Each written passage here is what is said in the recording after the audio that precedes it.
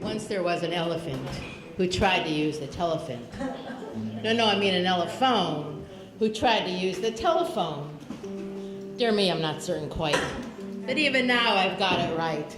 However he was, he got his trunk entangled with the telephone. The more he tried to get it free, the louder buzzed the telefee.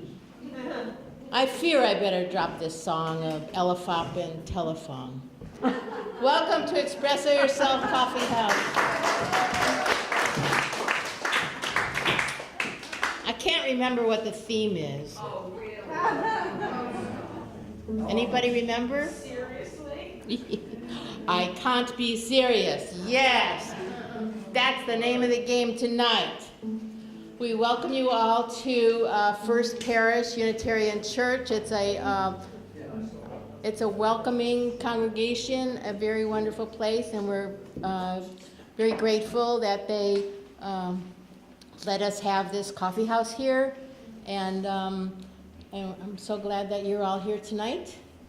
And I haven't hosted in a long time because I usually run the camera, but tonight Shirley is on the camera. Shirley, you're joking. I'm just setting the theme for how the evening's supposed to go. Yes. And there's refreshments, there's coffee, there's water, there's gluten-free, there's lots of pastries. The restrooms are over there. And I don't know if I'm supposed to say anything else. I don't know. Yes? No? You're good. Good. Good. Okay. So first we're going to have an open mic, and then a short break, and then we will have our phenomenal Steve Rapson. All right, Steve. Incredible guitarist. When I first heard him play, I was floored. And he played one of my favorite songs, and we've been arguing about it ever since. Oh, that was Romanza, wasn't it? Yes. Yeah, I remember. Anyway, our first open mic is Doug Joseph. And the rules are we have 6 minutes for the open mic, and take it away, Doug.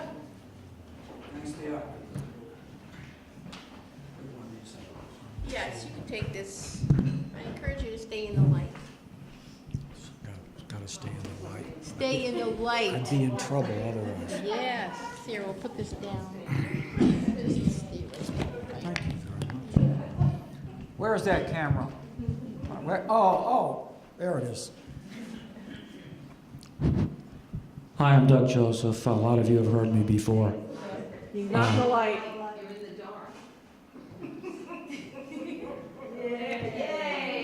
I have seen the light. Yeah, the reason I move around is because that's what I typically do. So, I'm Doug Joseph. I'm a barbershopper. I'm a member of the world's largest male singing group, and I happen to be in a quartet, Drive-By Singers, as well as the most local chapter of the Barbershop Harmony Society with over 25,000 male singers around the world. We are the Framingham chapter. And as you've heard a couple times before in barbershop, it's a little different. 4 parts: bass, baritone, lead, tenor. We put them all 4 together. Barbershop quartet. I happen to be lucky. I sing lead, which is very often the melody. And I got a new one for you tonight. And I'm going to dedicate both of these to my friend Paula. First time Paula, there she is. This one is about, most of the barbershop songs are about guys losing girls, or trying to get girls, or in the midst of losing them and all that. So this is pretty much the same thing. She's gone, she's really gone. You took my lovin' and you took my kisses. You taught me how to care. Am I to be just the remnant of a one-sided love affair? All you took I gladly gave. There's nothing left for me to save. All of me. Why not take all of me? Can't you see I'm no good without you? Take my eyes, I want to lose them.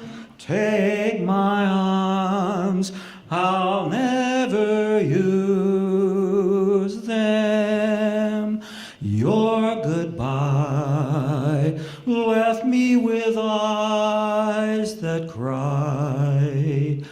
How can I go on, dear, without you? You took the part that once was my heart, so why not take all of me? Take all of me.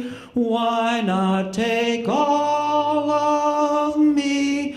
Please set me free. Why not take all my broken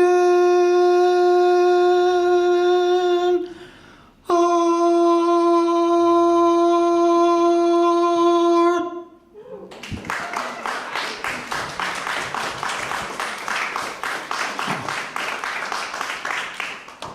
That's probably about only 50 years old. When I started barbershop, I only sang for 6 months with my father in Walpole High School. All barbershop songs had to be 1880 to 1920. This next one is from 1938. It almost got cut because the directors and producers couldn't feature a little girl singing to herself in a barnyard.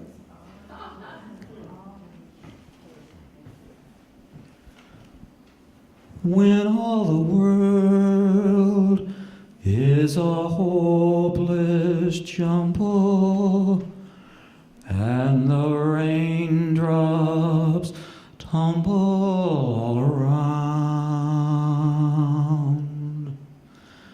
heaven opens a magic lane, and when all the clouds darken up the skyway, there's a rainbow highway to be found, leading from your window pane to a place behind the sun, just a step beyond the rain.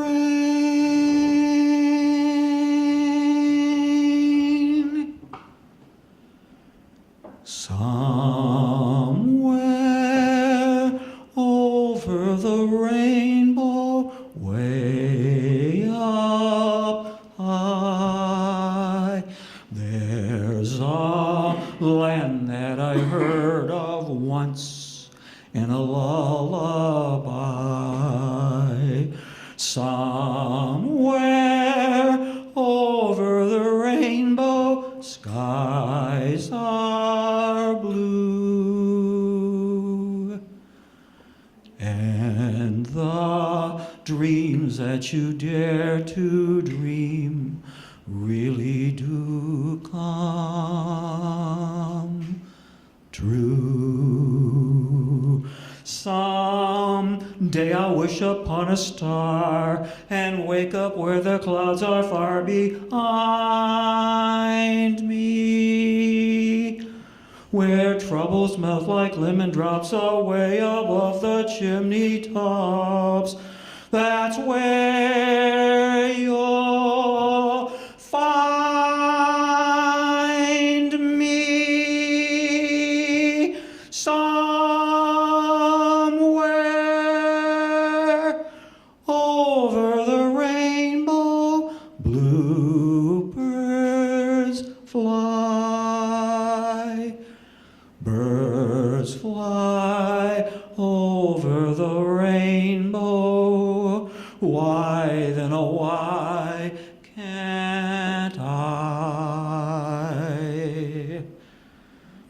If happy little bluebirds fly beyond the rainbow, why, oh, why can't I?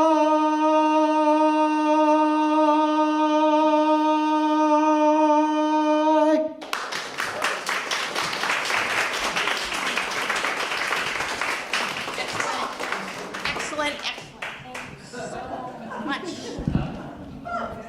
What? You can't be serious. I can't be serious. Yes. You know, that poem I recited before, I learned that when I was like 10 years old. And I just looked it up to see if I had it right. I did. What is this? Why aren't I surprised that she's got it right? I was afraid I forgot one of the lines, but I didn't. Yay! 'Twas brillig and the slithy toves that gyre and gimble in the wabe. All mimsy were the borough groves and the mum rathou grabe. Beware the jabberwock, my son, the jaws that bite, the claws that catch. Beware the jub-jub bird and shun the furmious bandersnatch. I'll tell you the rest later.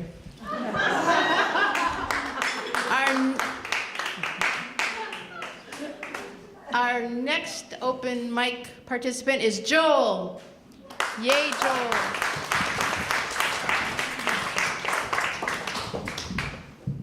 Y'all don't have a quarter inch, do you? Yes, we do. You do? Excellent. We've got everything here. What's he talking about? Here, Hooray! quarter inch. And it's off. Well, thank you. While you imagine that. Well, thank you much.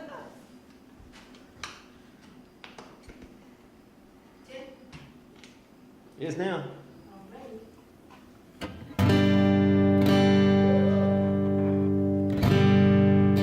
Good enough for government work. Can you all hear me? Yes. All right. Hi, everybody. I'm Joel. Hey, Joel. I'll do some originals for you. I did not bring the funny tonight. Didn't know that we were doing it.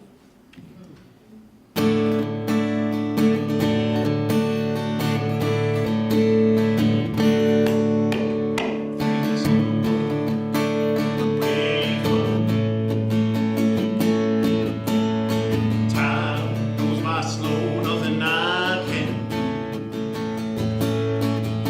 Sitting here at the station, my shoes off of my feet. This life, it's hard making a living. She gets job after job to pay those bills. So much time apart, it gives me the chill. So off to Lancaster for a gig outside in Oklahoma each and every night. And I'll be home just as soon as I can. I know it's hard having me as your man. I miss you till I see I'm your wing, barefoot at the station.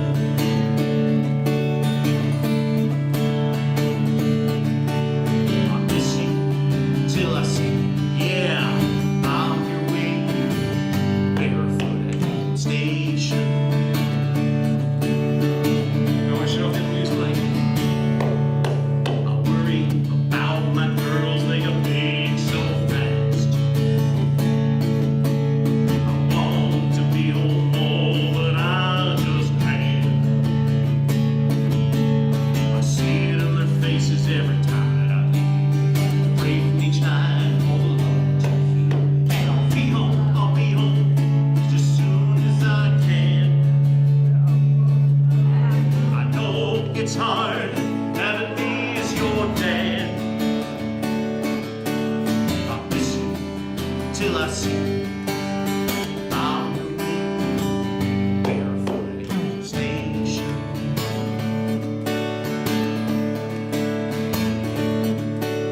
I miss you till I see, yeah,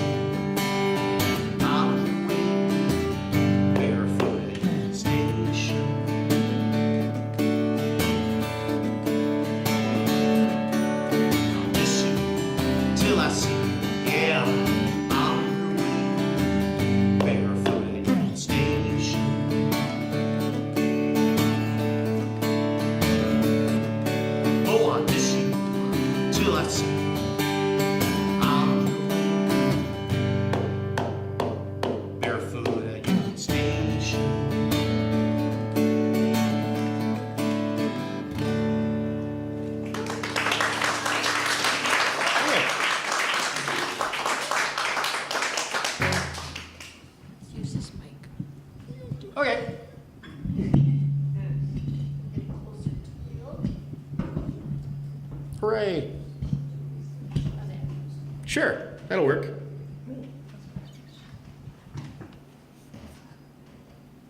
Okay? Would you rather have a song about appreciating the small things in life? Or would you rather have a song about doing the right thing? Appreciating the small things. Small things it is. As you walk through your day, I want to remind, live for the small things, that's who we find. The journey sweet aside, from meaning to it all. It's not the end that matters, it's how we live, it's small things. It's the small things, live for the small things. It's the small things. It's the small things, live for the small things. It's a smile from that girl, it's getting there on time. It's finding $1, it's not costing a dime. It's getting the last one, good news you waited for. It's finding something new, it's all these things, it's small things. It's the small things, live for the small things. It's the small things. It's the small things, live for the small things. Compliments you can expect, it's when she's wearing that dress. The cool freebie at the go-see, the short line, the long time. It's all these things, it's all these things. It's the small things, it's the small things, live for the small things. It's the small things, it's the small things, live for the small things.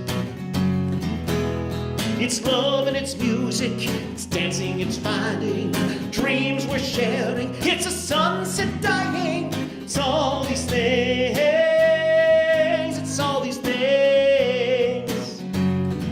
It's the small things, it's the small things, and for the small things. It's the small things, it's the small things, and for the small things. Here we go.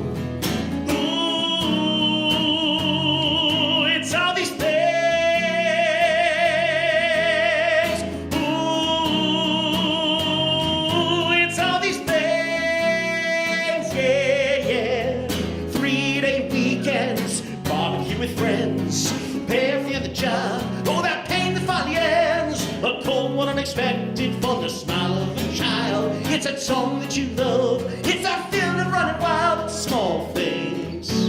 It's the small things, and for the small things.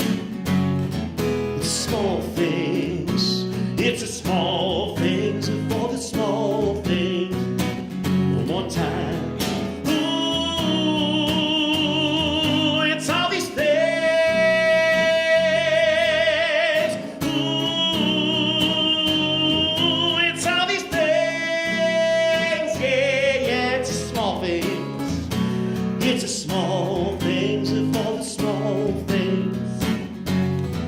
Small things, it's the small things, live for the small things.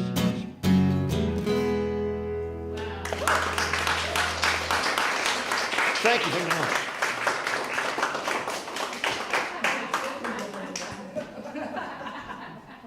We good? There you go.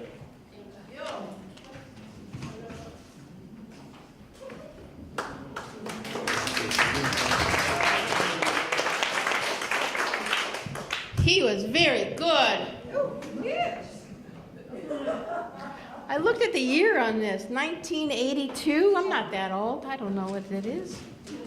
So where were we? Oh, yes. The young man was going off into the Borough Grove. I knew the line. I know what it was. 1, 2, 1, 2. No, there. He took his vorpal sword in hand, a long time the maximum foe he sought, and rested he by the tum-tum tree, and stood a while and thought. And as an uffish thought he stood, the Jabberwock with eyes of flame came whiffling through the tuggly wood, and warbled as it came. Okay, enough of that right now. I'm glad everybody knows it. And our next open reader is Libby Frank. Yay!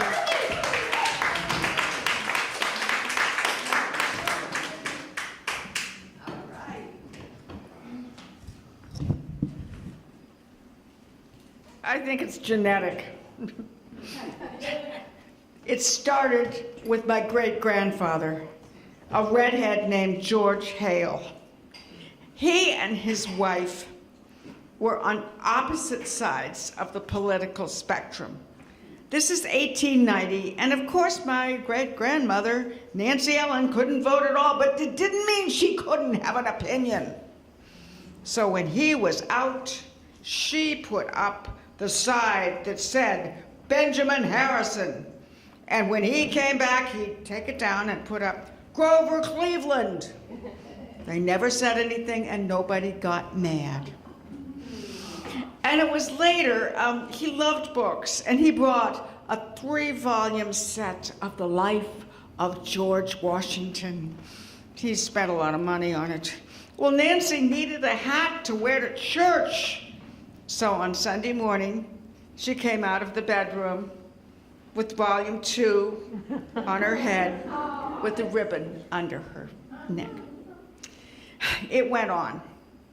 My grandmother and her 2 children, my mother Elizabeth and her brother Tom, would sit around and have each other in stitches all the time, constantly making jokes. And I continued it. I would say to my grandmother, her first name was Etta, and I never called her grandma. I always called her Etta. So I would say, "Oh, Etta," and she would say, "Oh, whata?"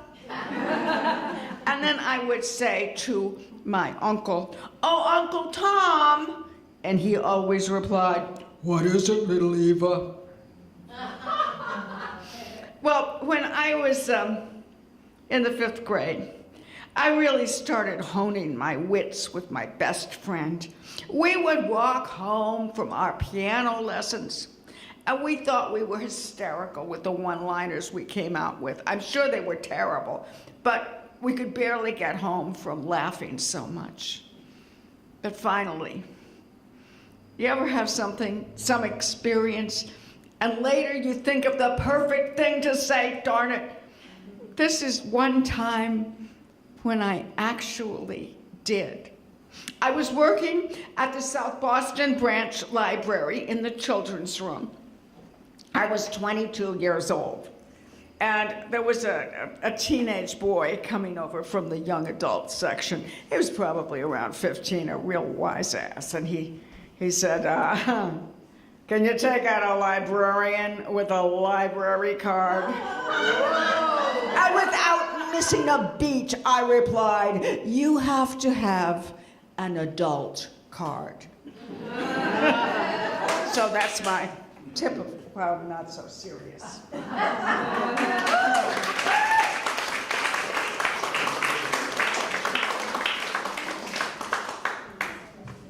Yeah. I used to wear this when I was a clown, long time ago, 1982. I did go to the World's Fair in clown makeup. Anyway, 1, 2, and 1, 2, and through, his vorpal blade went snicker-snack. He left it dead, and with its head he went galoofing back. And hast thou slain the Jabberwock? Oh, come to my arms, my beamish boy. Oh, frabjous day, Calloo Calais. He chortled in his joy.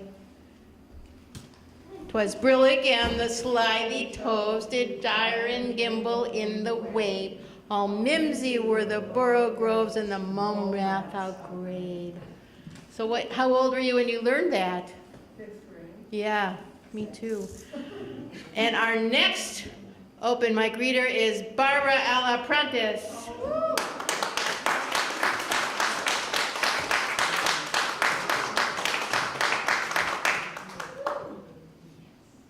I tell people that I was born with a quirky sense of humor.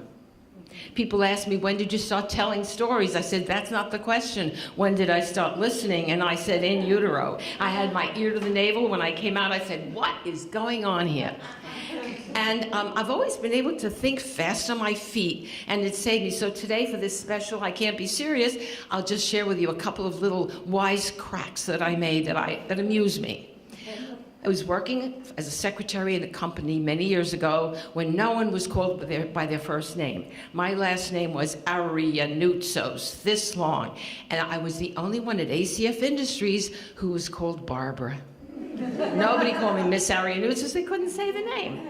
So fast forward, and I'm secretary to the chairman of the board, and every morning I would get him. We had the Schraff's coffee wagon, which would come on the 10th floor, and my job was to buy him a cup of coffee in that little paper cup, right, and a bow tie, Danish, which he loved. And I'd walk in, good morning, Mr. Burden, and then I'd leave his little coffee there and the bow tie, and then I'd go sit at my desk and I'd do typing, and all of a sudden, this particular day, the intercom goes, Miss Arianutsos, come in here.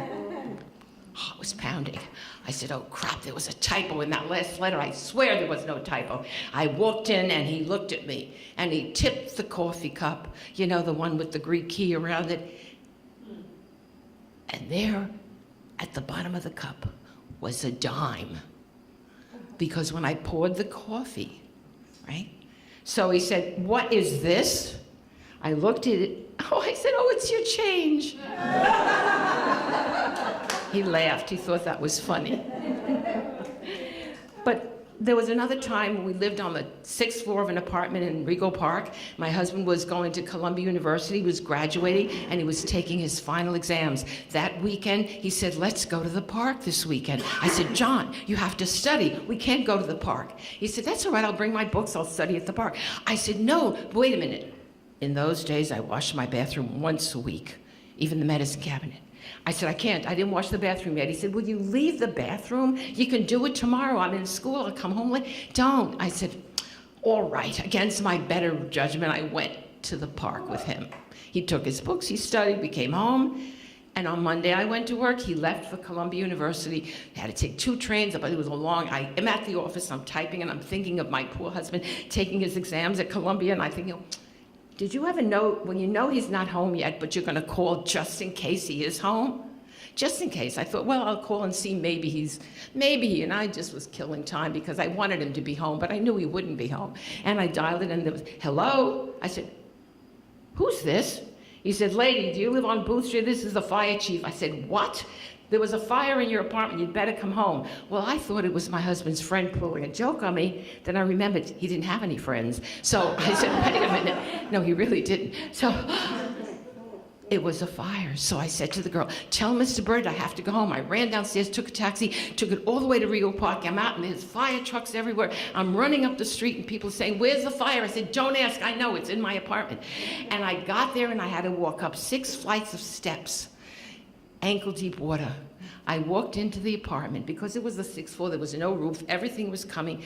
It was all, and there was my new Saks Fifth Avenue coat on the floor and everything was a mess.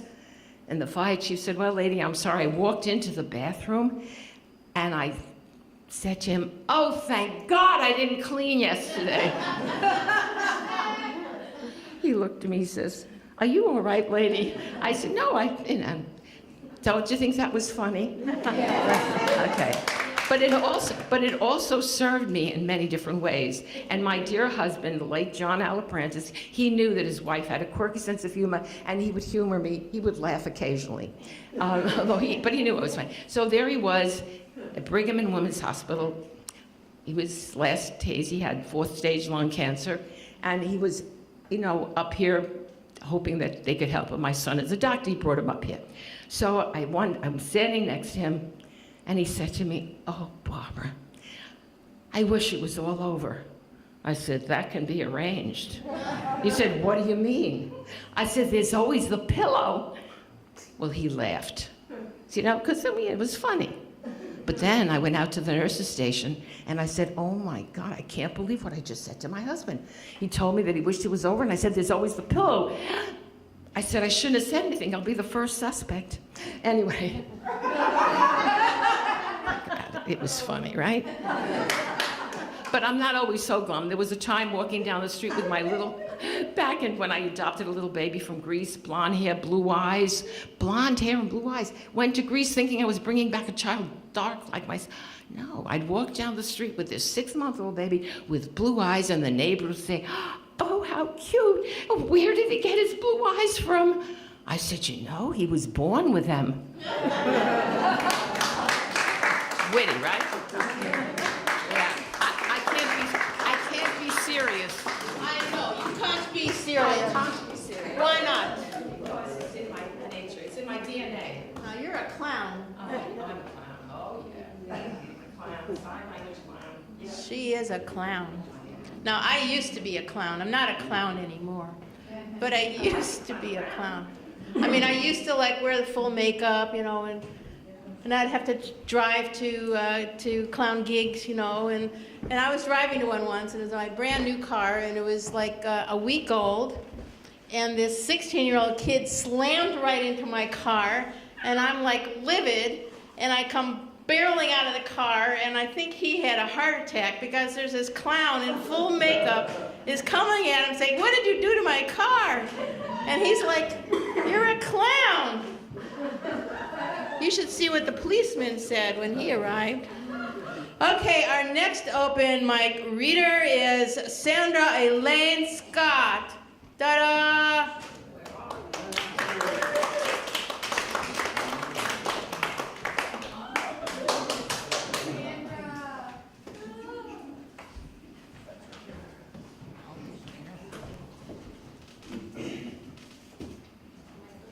That's good. Senor Dungato was a cat. On a high red roof, Dungato sat. He was there to meet a kitty, meow, meow, meow. From the country or the city, meow, meow, meow. Oh, the tale of Senor Dungato. You can't be serious, right?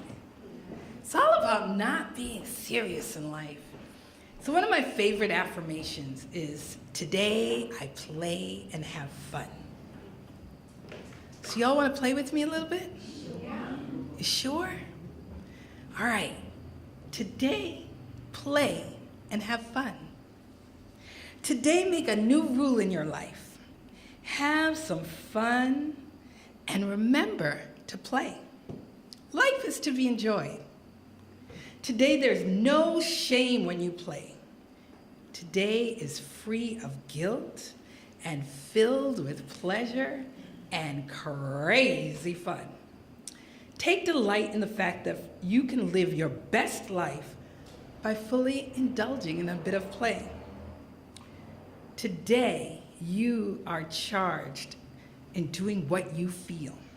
For some, it might be curling up with a good book. Yeah, because, pause here for a minute. I love what I call Twinkie reads. Some people call them beach reads. Yeah, nah, because most books that people would read at a beach, I'd read it anywhere. But for me, a Twinkie read, you know Twinkies? Everybody knows what a Twinkie is, right? Yeah. Well, what is great about a Twinkie? It has zero nutritional value, but it tastes good. That's how I feel about certain books. So don't judge me on my vampire werewolf romances, you know. They're a little hot, a little steamy, but they're so much fun. So maybe you curl up and read with a little book. Or for some, it could be taking a mental health day, stopping to wiggle your toes in the sand, or even just taking a cat nap. Ask you one question. When last have you walked by some flowers in somebody's garden or roses and just stopped to really smell them? Well, I did that one day. I was walking around town and there was flowers coming out of the fence. So I bent over. Oh, the smell was so sweet. The rose was so fragrant that the couple who were coming in the opposite direction, were walking their dog, said, "Oh my God, you're really stopping to smell the roses." And I'm like, "Yeah." And they're like, "Okay, I guess we should too." And they did. So whatever your pleasure, do something that you can enjoy. You're not sure what to do? Ask a child. Any child you know will tell you how to have a bit of fun on any given day. Better yet, reconnect with your own inner child. Say hello to your childlike self and play. Not sure where to get that kind of inspiration? Go on YouTube and listen to a baby laugh. So today, oh jolly playmate, come out and play with me and be my jolly friend. Climb up my apple tree, slide down my rainbow into my cellar door, and we'll be jolly friends forevermore. Today, take time to play. You can't be serious.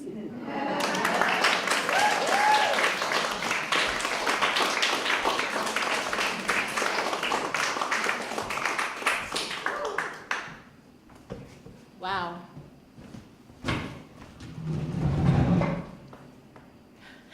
I'm moving in. So I have to go to the dentist on Monday. It was the only time I could fit it in, going to the dentist, because I've been a little busy over this last month. And so I didn't have time to write a story or anything. So I just thought I'd tell you a little about my month this month. Yes, well, we put on a play last Sunday. This play that I wrote, we did it for you. Some of the actors are here in the audience tonight. Allison Galley, Libby Frank, Shirley Riga. Did I miss anybody? No. Are just some of the actors that have been in it or are in it. So last Sunday we put it on. It was, I think it was our 12th performance. We performed at Amazing Things in Framingham.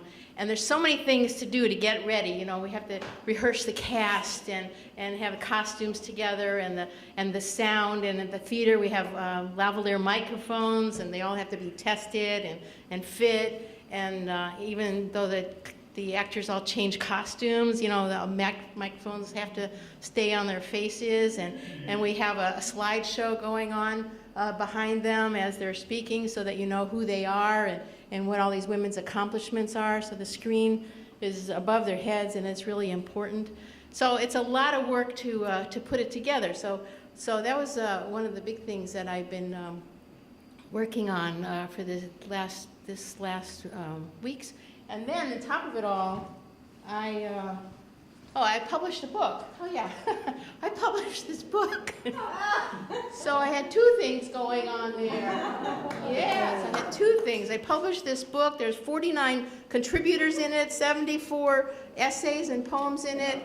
And my publishing company, we actually did the whole thing. See? And it was a lot of work. I designed the cover with Shirley's help.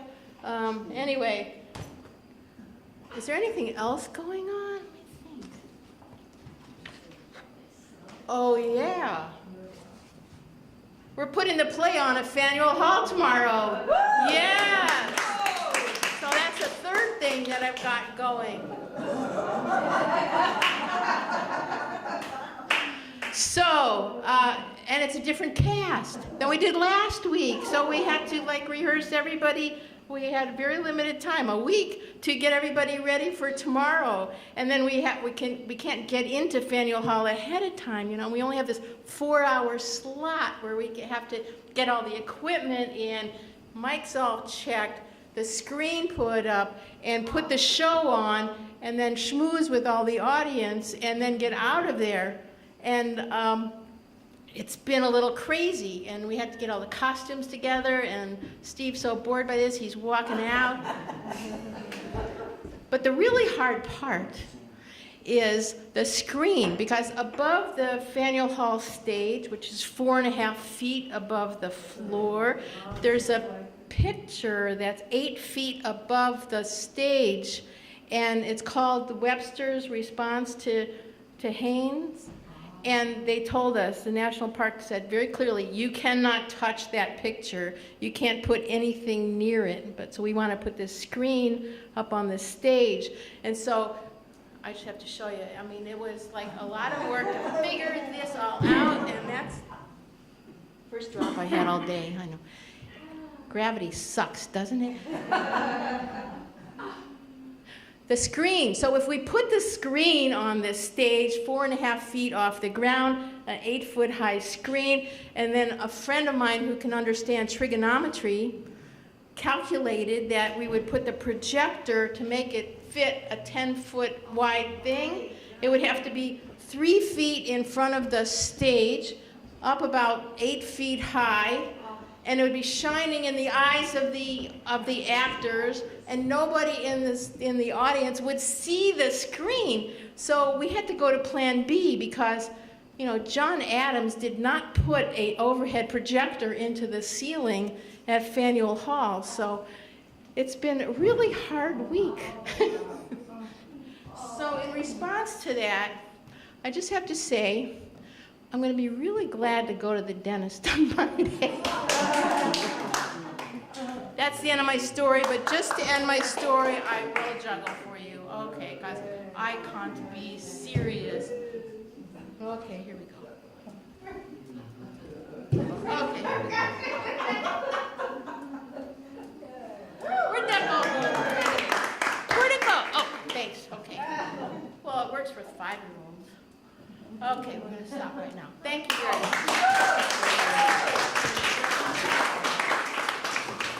So we are going to take a short break. Before we do that, I want to say that next month, our feature is going to be Helena Leet Pellegrini. And I want you all to know she's here in the audience tonight. We're looking forward to have her next month. But this month we have Steve Rapson with his incredible guitar, and if we plead with him, maybe he'll play Moonlight Sonata, I don't know. But anyway, we're gonna take a short break, get some coffee, pastries, and we'll be back. Thank you. Okay, I had so much fun. During the break, I forgot to do what I was supposed to be doing. Welcome back! Everybody came back! Thank you.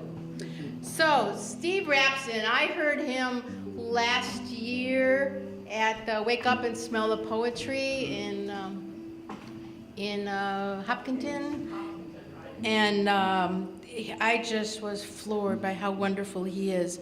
He used to be in corporate America, but now he's a recording artist, songwriter, and performing musician. And he produces CDs for emerging musicians and songwriters. His debut CD, Christmas Guitar, is sold. He's got copies? Yeah. Yes. It's sold around the world, and he had 6 more CDs. Romantic Guitar, oh, that's the one that we have. We listen to it over and over again. Half Irish Guitar, Patriotic Guitar, Original Guitar, and my favorite guitar solos. And he has 2 CDs. 2 CDs feature his songwriting, A Little Bit of Crow, and The Illustrated Man. Don't buy it. They have the new one on their tables. Well, you know more about him than I do. Let's just get Steve out here. Steve Rapson.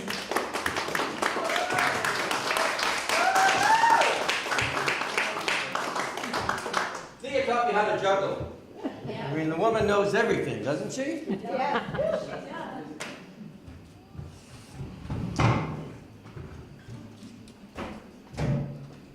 I have to be in the missionary position to play guitar. So that's what's happening right now. Exactly, Barbara. Thank you. Perfect.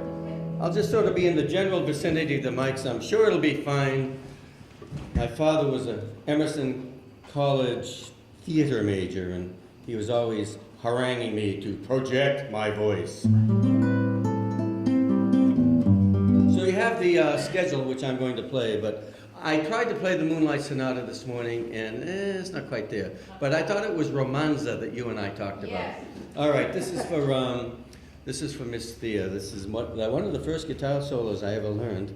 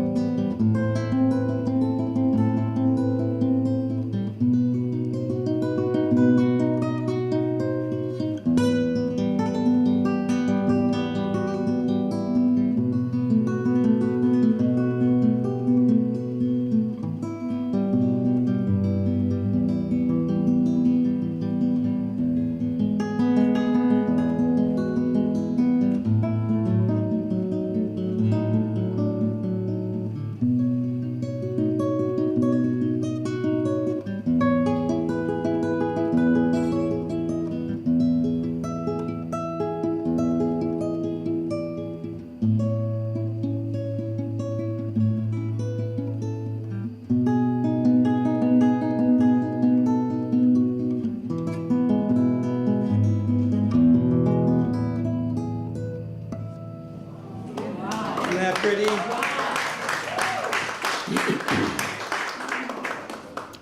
So the next song is the Bach Bourrée, written by J.S. Bach, and I wrote lyrics to it a few years ago, and while I was writing those lyrics, I was making myself laugh, and I am a tough audience, let me tell you. So Mrs. Rapson was down on our decks and said up to me, "Having fun, are we, entertaining ourselves?"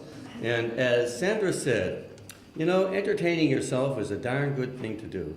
And so that's why I wrote these lyrics. After we, of course, we listen to the Bach Bourrée.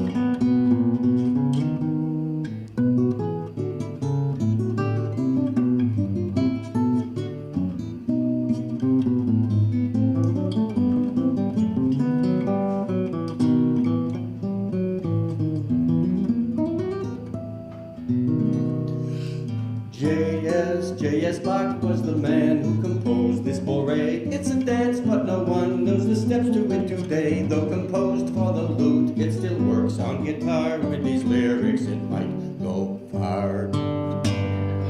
17th century melodies sound so sweet, they don't write them like this anymore.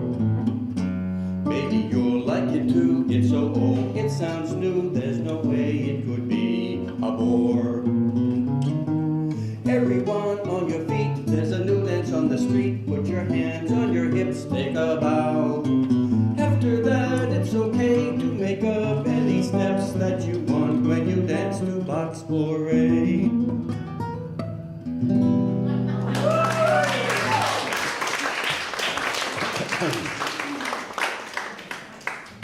When you play classical music, you have to have one of these to do that. That's why I cut all my hair off. It was just all stringy in my face and all that. Because I had been told on stage in front of over 100 people that I was a sweater. Yeah, I was playing Club Passim with a nice lady who was an actress in the Boston area and was in the movie about the Catholic thing in Boston, the Globe expose and all that. I can't remember the name of the movie. Thank you. Well, my singing partner back then was a budding actress, and we were playing to a sold-out excuse me, audience at Club Passim in Boston. And if you've ever been to Club Passim, there's a high stage and low lights. So basically, you sweat. And if you're a sweater, you sweat a lot. And we finished one of our songs, and the people are clapping, and I'm feeling, all right, we're not sucking, this is good. And she turns to me and she says, "Ew, you're a sweater." And I turned to her and I said, "Well, you're lingerie." Thank you, Barbara. Thank you. And I have to say that my friend did not find that amusing. The audience did. They laughed, but the partner did not. It was not good. Ask me if I remember what the next song is. Do you remember what the next song is? You guys are good. You're going to do whatever I say. I don't, but now I do.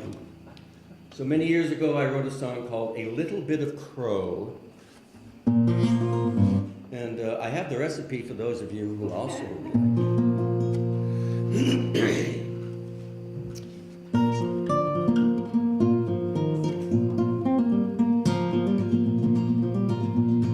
You thought it was going to be classical music all night, didn't ya? Once I ate a little bit of crow, and a little wino. Once I ate a little bit of crow, it all went down with a little wino. Once I ate a little bit of crow. Once I ate some words I said all in my bread. Once I ate some words I said, they all went down with Johnny Walker Red. All went down with Johnny Walker Red. It's a little bit of crow, a little wino, words in my bread, and a little bit of red. A little bit of crow, a little wino, words in my bread, and a little bit of red.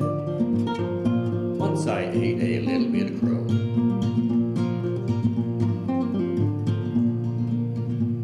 Once I drank from the river of fire, I sank real low, not getting any higher. Once I was drinking from the river of fire, and I was sinking real low, not getting any higher. Yeah, singing real low, not getting any higher. It's a little bit of crow, a little wino, down to the river in the fire I go. A little bit of crow, a little wino, down to the river in the fire I go. Whoa, whoa. Each time I have one last glass, I must ask before I go. Whoa, whoa. May I please have a doggy bag to take home my little bit of crow? Now, that was the funny part. If you were here to have a good time, that would have been it. But now it's too late. Now, you want to get to heaven, I'll tell you what to do. Don't you cook up what's bad for you. Might have been a lot of things that you wish you didn't do, but learn how to cook and there's a heaven for you. Yeah, learn how to cook, you can get to heaven too. There's a little bit of crow, a little wino, down to the river in the fire I go. A little bit of crow, a little wino, down to the river in the fire I go. Once I ate a little bit of crow. I don't think I will have the feel of a little bit of crow.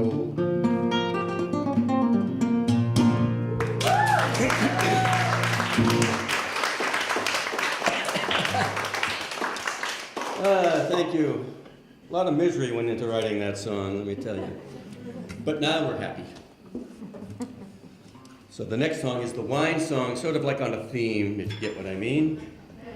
Written by my friend Grant Bainham, whom I've never met, but he's an English guy. He's very famous in England.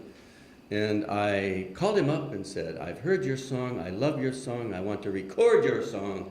What do I need to pay you to do so? He says, oh, send me a bottle of cheap wine. Next time we're together, we'll drink it. So, thank you, Grant, for the wine song.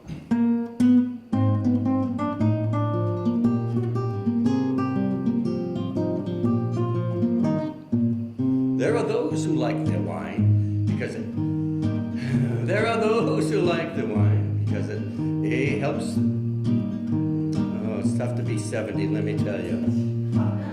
There are those who like the wine because it adds sophistication to the hearty meal they're serving to their friends. And there are those who like their wine because it aids in the creation, bless you, of that party feeling on which so much depends. I've been multitasking a long time. And there are those who like their wine to come from eastern-facing shadows, from the plateaus of the Loire and all that bunk. Well, their motives are not mine. I like lots and lots of wine, but I like it 'cause it makes me drunk. There are those who take a glass because it helps them to relax. They find it helps their social manner to improve. Well, it's a Jolly useful scheme I've taken to its logical extreme. Sometimes I get so well relaxed I can't move. And another kind of fellow drinks champagne to make him mellow. He swears by Clico, Bollinger, and Groot. Well, I tried some Groot myself. I found it on the bathroom shelf, and he was right. It made me mellow as a newt. You can gauge your wine by the quality of the vine, the color and bouquet, and all that bunk. It all comes back to the falling over factor and the fact that it gets you drunk.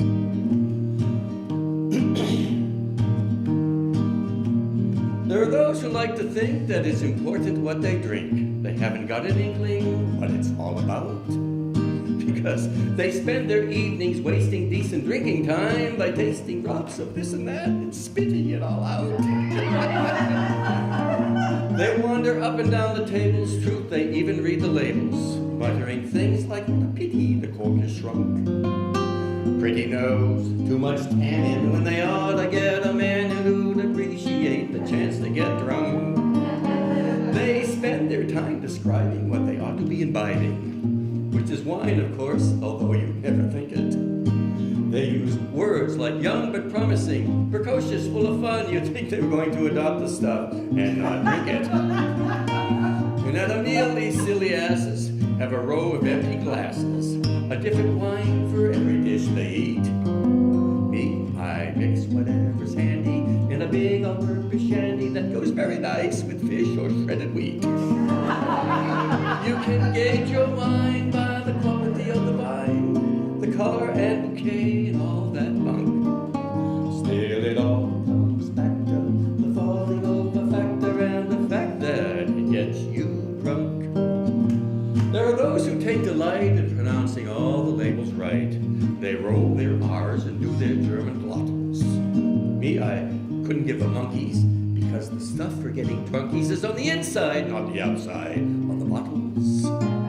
So next time you have your cheese and wine, invite your friendly Philistine. Call me drunken, call me sot, call me wino. What do I know?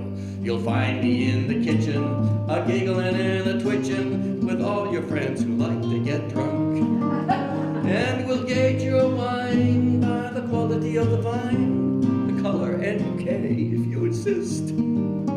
Still, it all comes back to the falling over factor and the fact that it gets you misty-eyed and mellow, gets you mawkish, maudlin, miserable, and pissed.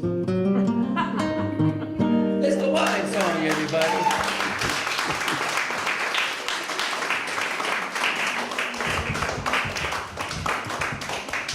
I don't drink wine anymore, but I sure can sing about it. I love singing about it.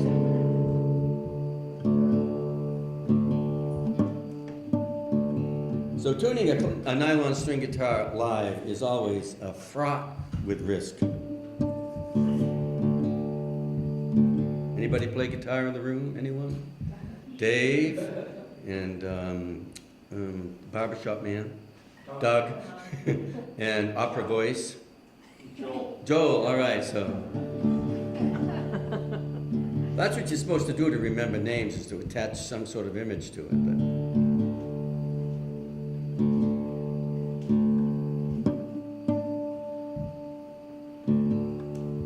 So my arrangement of Take 5, and as the little program says, I wrote lyrics to it. This is my favorite thing to do, write lyrics to songs that don't really need them.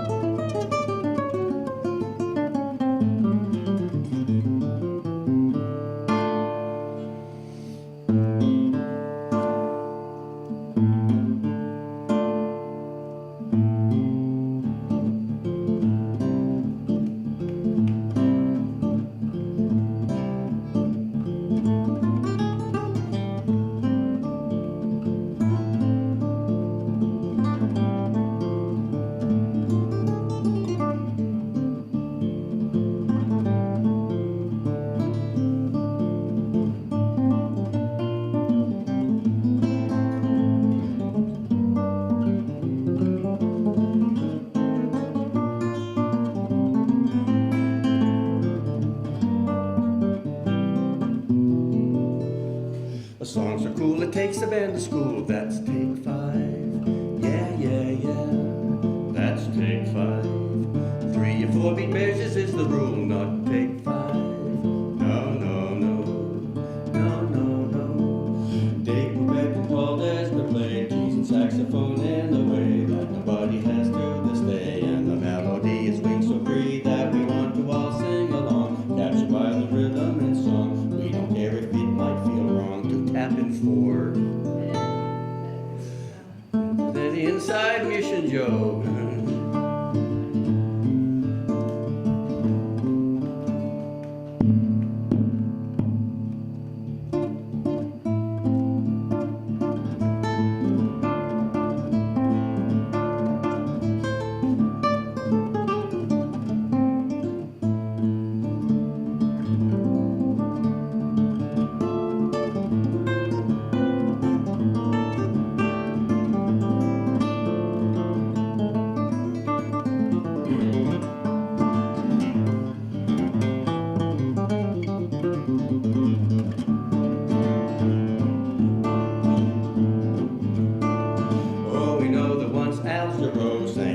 So long ago, few of us remember it though. It was all over the radio, and at every concert he'd play, people would want it the same way. Al got so sick of it one day, he said no more. Can I sing the same old song for you? Not take 5. No, no, no, not take 5. I gotta move on to something new. Yeah, yeah, yeah. Yeah, yeah, yeah. True story, ladies and gentlemen. That's take 5. That's take 5.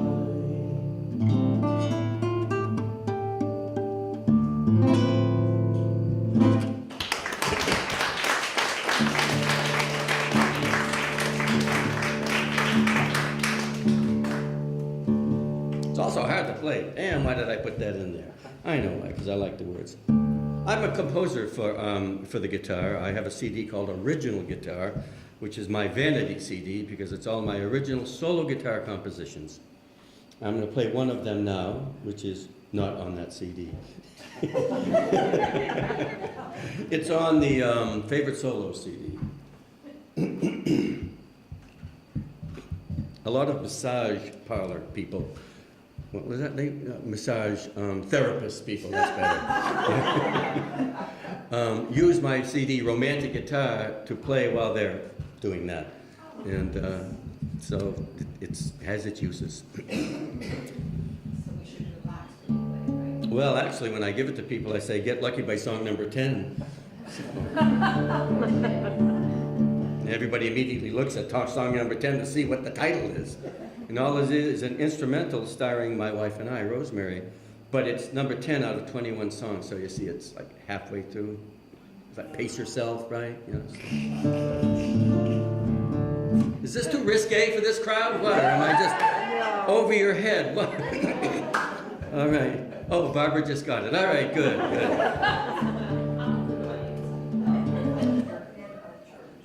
Who knows Cheryl Perrault? Anyone? Cheryl Perrault? Yeah. Well, you know, I improvise guitar while she reads her poetry. This is one of the songs that she inspired me to write. It's called Fireflies Over Water. And she has a lovely poem that goes with it, but right now all we get is the music.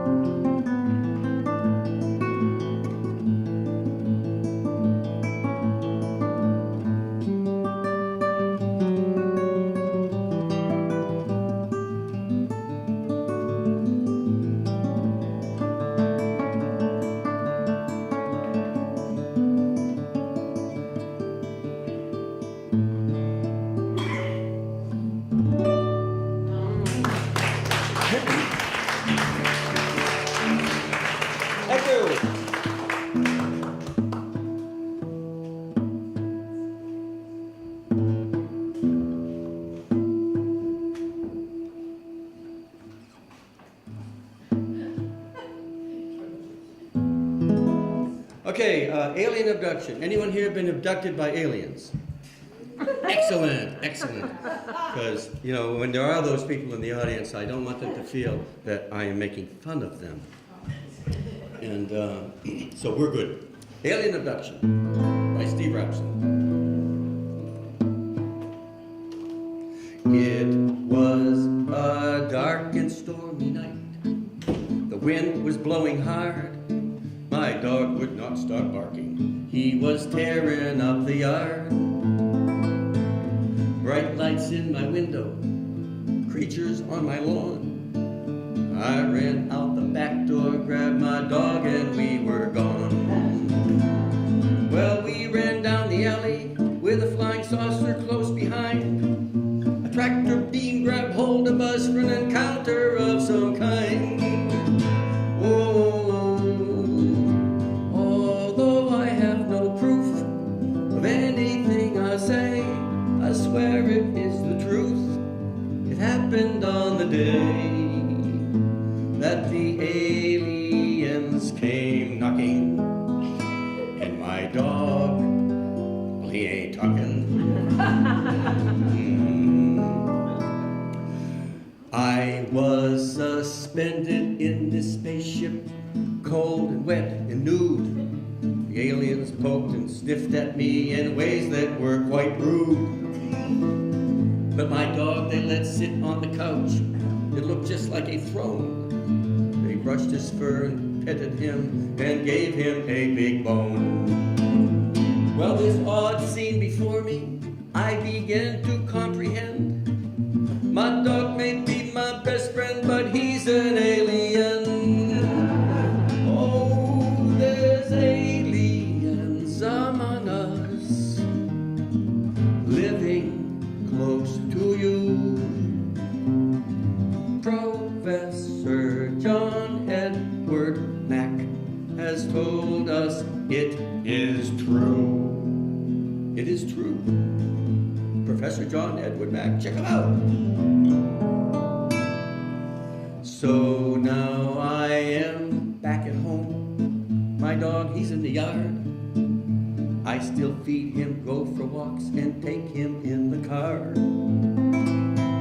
But every now and then, he stares up at the sky. Then he looks over at me, and he winks one eye. Oh, oh, oh. Although I have no proof of anything I say, I swear it is the truth. It happened on the day that the aliens came knocking. And my dog, he ain't talking.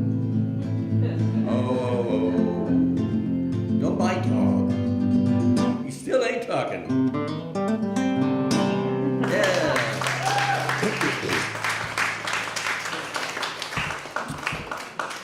Not one person in this audience, not one person said, Steve, you forgot song number 2. I mean, are we paying attention or not?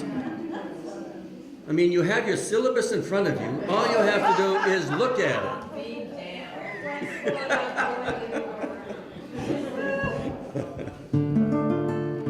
So I'm going to play I'll Be Damned. I have a CD called Seeking Soul, on which I have put every song I've written that has anything to do with God. Is there a God? Is there not a God? I don't know if there's a God. Why you keep bothering me with the God thing? You know. And so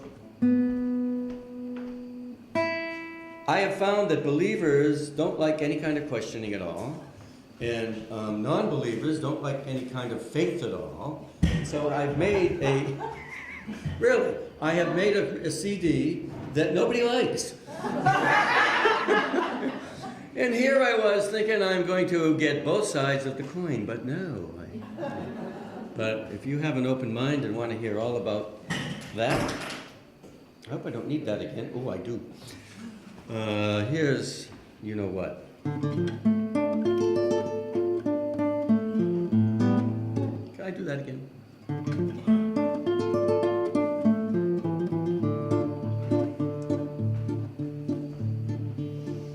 Is there a heaven? Is there a hell? Where will you go? I can't tell. I'm living this life the best I can. If I don't live it right, I'll be damned. Oh, if I don't live right, I will be damned. Oh, I had a dog, his name was Blue. Wherever he went, I want to go there too. I say yes sir and thank you ma'am. If that ain't enough, I'll be damned. Oh, if that ain't enough, I will be damned. A guy named Dante spelled it all out. Hell ain't no place to be joking about, no, no. 'Cause they got a different room for every kind of sin, a torture tailored for you. You never check out once you check in, and your bill is always due. Well, you ain't gotta tell me twice. If you're gonna be a sinner, you're gonna pay a price. Still, I ain't so sure if heaven's for me. It's no, no, no, for eternity. Well, no, no, no, no, no, for eternity. Now, I don't know if that's true or not, but it rhymed good. No envy, greed, or gluttony, no wrath, pride, sloth, or lust. No virgins waiting for me when I turn to dust. One more thing that you ought to know: after you die, and up you go. At the pearly gates they got an exam. If you do not pass, you'll be damned. Yeah, if you do not pass, you will be damned. You see this guy named this guy named Dante spelled it all. Oh, I see. This guy named Dante spelled it all out. Hell ain't a place to be joking about. Oh no, 'cause they got a different room for every kind of sin, a torture tailored for you. You never check out once you check in, and your bill is always due. So is there a heaven? Is there a hell? Where will we go? No one can tell. Still, if you live this life the best you can, just live it right, you might not be damned. Yeah, if you live life right, you might not be damned.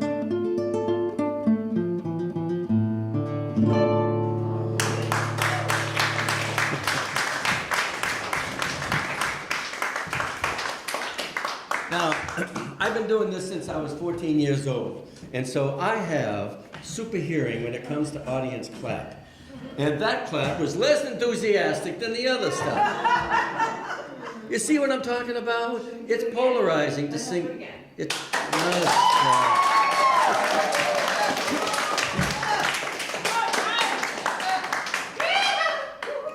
that was not my intended response. I mean, it is polarizing. The Jehovah's Witnesses come to my house, and I live in the woods. They have to really look to find me. And this big car pulls out, 3 old men with suits on come up to my door, and I love to have a conversation about these big questions in life. But the Jehovah's Witnesses do not want to have a conversation. They just want you to shut up and listen. And so after about 4 or 5 visits, these guys figured out I just was not, a good candidate, and they stopped coming. But I did enjoy having them talk to me for a while. All right. There's a morality tale here. I have never told anyone this. This is the first time I'm about to tell you this about the song, The Man Who Said Yes. I left Gillette Company in 1994. I was still a very young man. I had all my hair. I was thin. And, I look good in a suit. And so I figured I can't just, go play guitar for the rest of my life, even though my wife was working and she had a pretty good job. Didn't you, darling? Yes, you did, yeah. And so I would fill out applications, and I tried to be creative. And I'm a copywriter. That's what I do, and I'm a salesperson. And so I wrote, one advertising agency wanted a vice president of creativity, creative department. So they said, amaze us, be creative, So I didn't send them a resume, I sent them a poem. And at the bottom was my name and my phone number. And I figured, either they're like, yeah, or they're like, please. And I guess they were the second one because I never heard from them. And the poem was this song, The Man Who Said Yes. I thought it was a pretty good poem, so I put music to it. And that is the first time I have ever told that story. Because it's a story about failure, and, who wants to say those things,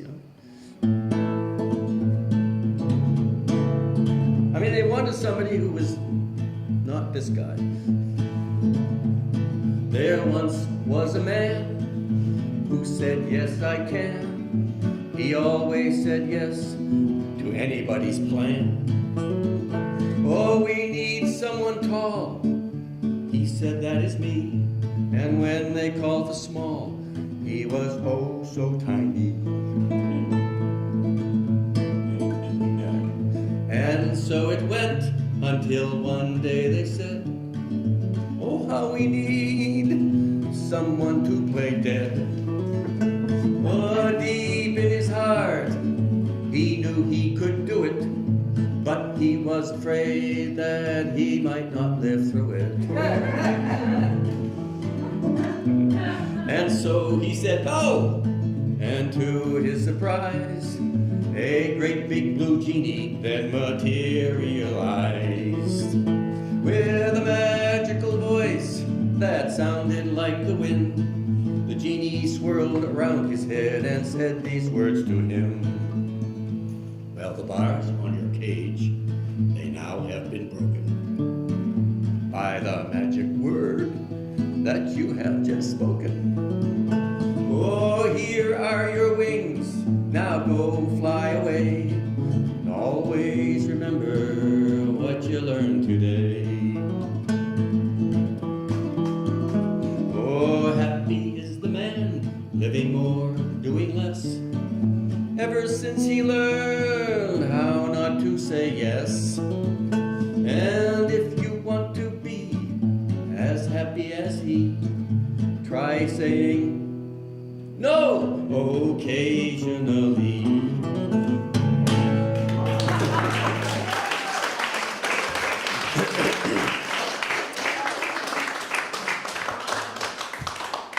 I'm a people pleaser. We all know what that is. People pleaser. I just want people to love me, and if you want me to help you move, I'm there. And if you want me to take your cat to the vet to be put down, I'm there because it's so hard for you to do, And I mean, pick some things that you don't really want to do, and you find someone to do them for you. Well, I was that guy. And late in life, later than I care to admit, I did learn how to say no. But there was a transition period. It was like frogs before they become frogs. First they're polywogs, and then they're this metamorphosized half thing, with the tail and the legs. Well, I was that as I was learning this lesson. And so I would say yes to people, and then get home and go, I meant to say no. And so then I had to call them up and say, I'm sorry, I really can't do that. I meant to say no, and I'm really sorry. So there's this transition period before you are firm in your no, no, no, no, no. And that frees you up for every now and then you say yes. So that's my story. So if you say yes to everybody, it's going to take a while. Anyone here have OCD? Suffering from OCD? Oh dear. All right. I'll tell you a story about this song afterwards, but I'm not making fun of you. Here we are, my friend, taking refuge in this car again. 50 million volts is really not a joke. So till lightning's gone, here we're safe from harm. OCD has got a hold on me. OCD, it's high anxiety. Woe is me. I wish I were free of OCD. Ooh, on the button on the door mechanisms always lurk.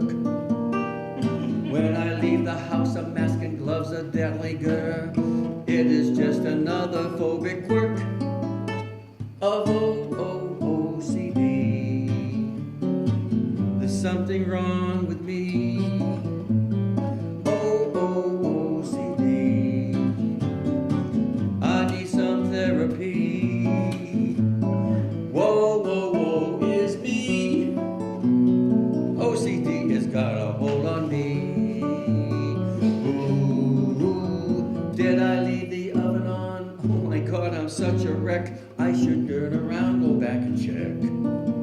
There are many lines on which I must not step. Oh, so close attention I must pay. I haven't touched one yet. OCD. Someday I will be free. OCD. Well, I won't be a slave. For days I might not bathe. No more OCD. I'll leave doors unlocked. And when I take a walk, I'll step on every line or not. Yeah. I will throw my stash of odd socks in the trash. Or maybe I'll wear socks that do not match. Yeah. Then of OCD I will be free at last. Free at last.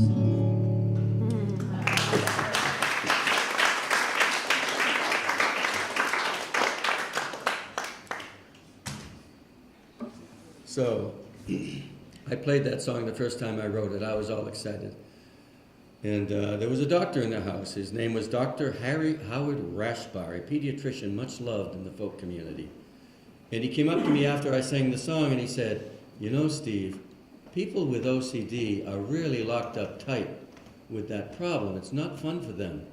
And, you know, they might not take your song in the right way." And I'm going, oh, fine. So I go home, and the next day I get an email from Dr. Rashbar, and he said, you know, Steve, I've been thinking, and I noticed that there's this TV show called Monk, and, and the hero is a detective with OCD, and it's handled very well, and it's amusing but respectful, and I find your song to be pretty much in the same vein, so go ahead, perform your song for people. And so I must tell you that OCD is doctor approved. Thank you. We're almost done. Mrs. Rapson does not like it when I go shopping with her. You soon shall know why.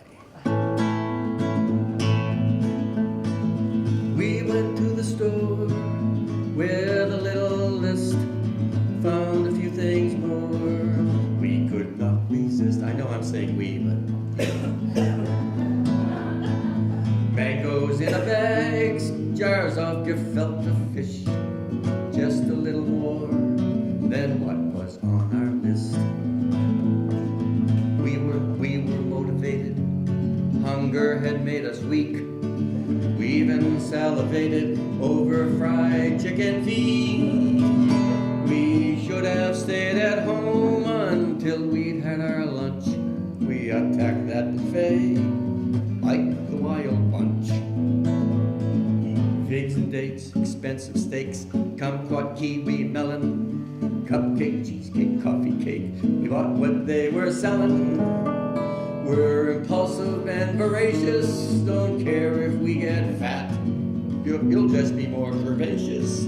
I'll be more fat. Oh, honey, please. Here's a wheel of cheese, frozen souffle, truffle pate. Hey. We went to the store with a little list and found a few things more. We could not resist. Up and down the aisles, well, there wasn't much we missed. Shopping at the store with a little list. At the checkout counter, Our credit card is maxed. We're holding up the line, deciding what we should put back. When you're hungry, you should not go to the grocery store. Even though you have a list, you'll buy a whole lot more.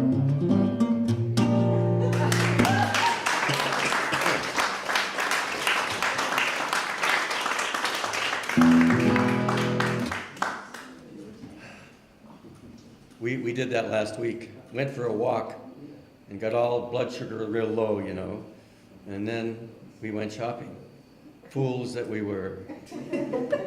Our freezer is not huge, but there ain't nothing you can put in it. And every time you open it, something falls out. It's very annoying. Isn't it, darling? Yeah, yeah. Oh, by the way, I never did get a job after I left the Gillette company. After, you know, carrying the bag and doing some freelance work, it was all like, ugh. I said to Mrs. Rapson, oh, honey, can I just play my guitar? We'll be all right. And she said, you do whatever you want. Yeah, isn't that great? Yeah. So I was a kept man for 12 years. And I want to tell you, for those who are of the male persuasion, it's a pretty good life, let me tell you. I cooked, I cleaned, I performed husbandly duties as required. And then Rosemary said, I want what you have. And the kept manhood turned into mutual retirement, together 24/7. How's that working out, baby? Yeah, she doesn't like to talk in front of people. She hates it when you turn around and look at her. So I'll do one more or two more. I got a guitar solo and one more song. Are we all right with that? All right. So this is my latest song. I wrote this song recently. We live in Florida in the winter, as I've read. And in Florida, we are the youngest people in the room. Yeah, it's great, let me tell you. You know, you're up here, everyone's, you know, you're the old people, you get on there, and there's, you know, you don't even get to say, I'm feeling old today. You don't get to say that. They snort at you. You don't know what old is, kid. And so this particular song goes over in Florida. It's called I've Never Been to Mexico.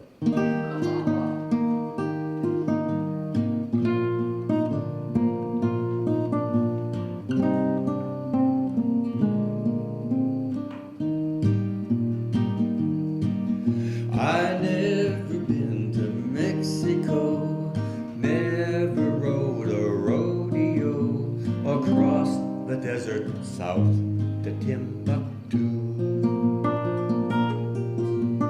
Never thought that I'd get old. Never found that pot of gold. There is much that I will never do. And now I am an old man. I'm sitting in my chair, thinking about where I might have been. Yes, I'm too soon old and too late smart. I'm looking for the light before the dark. I never sailed the Amazon, never ran a marathon, never found someone whose love was true. Never did what I was told. I was on that glory road where one day I met my Waterloo. Oh, oh. Yes, and now I am this old man sitting in my chair, dreaming about where I might have been. 'Cause I'm too soon old and too late smart, still looking for the light before the dark.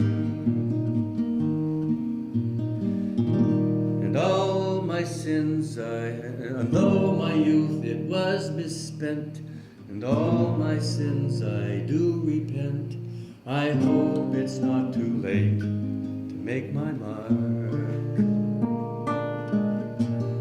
For as long as I am here, I might as well get off my chair and find the light before it gets too dark. Yeah, I'm gonna find the light before it gets too dark.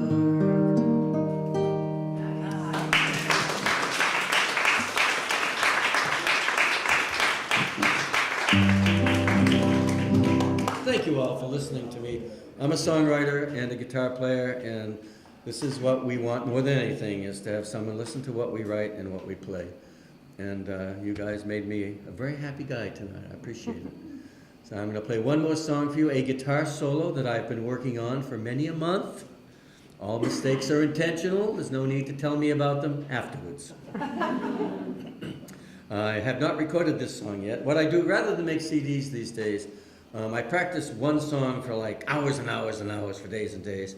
And then I put up my little video camera and I record me playing it and I put it on Facebook and YouTube. It's like an electronic open mic for the masses, right?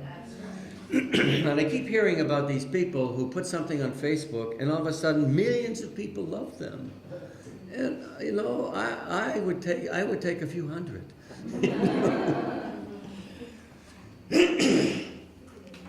I just want to point out that those people who millions of people love, they're all about 18 years old and they're really, really cute. And so, this is called Tico Tico no Fuba, a Brazilian folk song.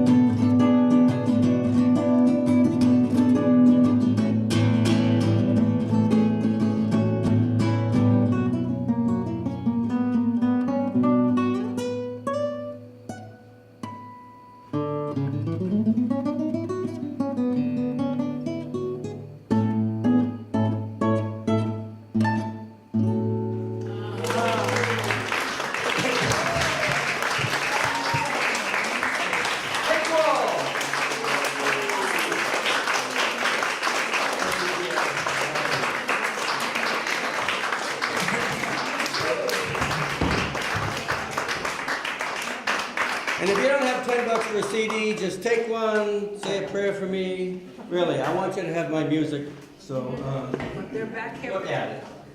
Oh, and of course, I mean, this is my new CD. I Can't Be Serious. There are so many funny songs on this. I just can't get over it. And I want to mention something. What? Steve, What? you said something about not matching socks? This is a woman in recovery. Thank you, Steve Rapson. Yay. Thank you to all the open mic readers and to Steve. Next month we will have Helena Lee Pellegrini with us. Please come back and have a wonderful month. Thank you so much. Thank God.